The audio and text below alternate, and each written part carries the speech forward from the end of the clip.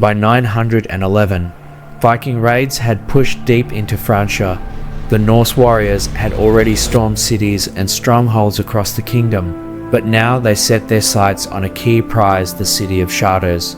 If they could take it, Viking power in northern France would be unstoppable.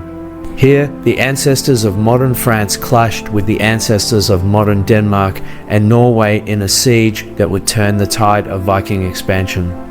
The year is 911. Vikings versus Franks, a brutal siege that would decide the fate of northern France.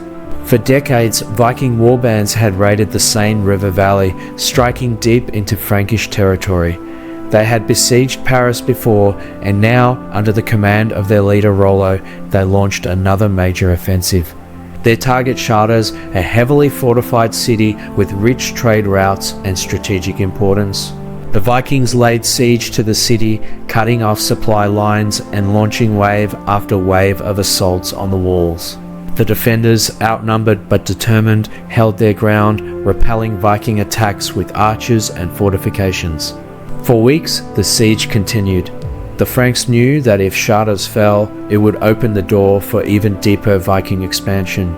Reinforcements had to arrive fast.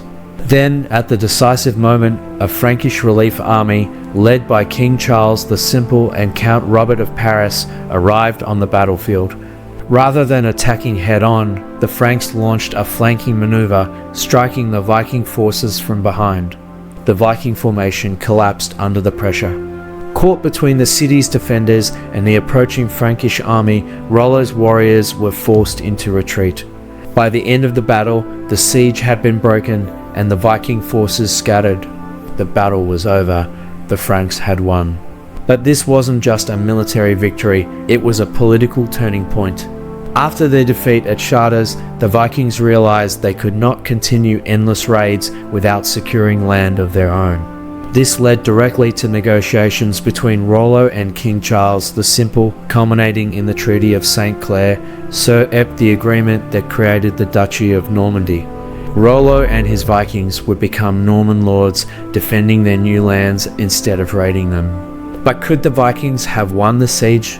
Some historians suggest that if Rollo had fortified his own encampment and prevented a counterattack, the Vikings could have forced the Franks into surrender.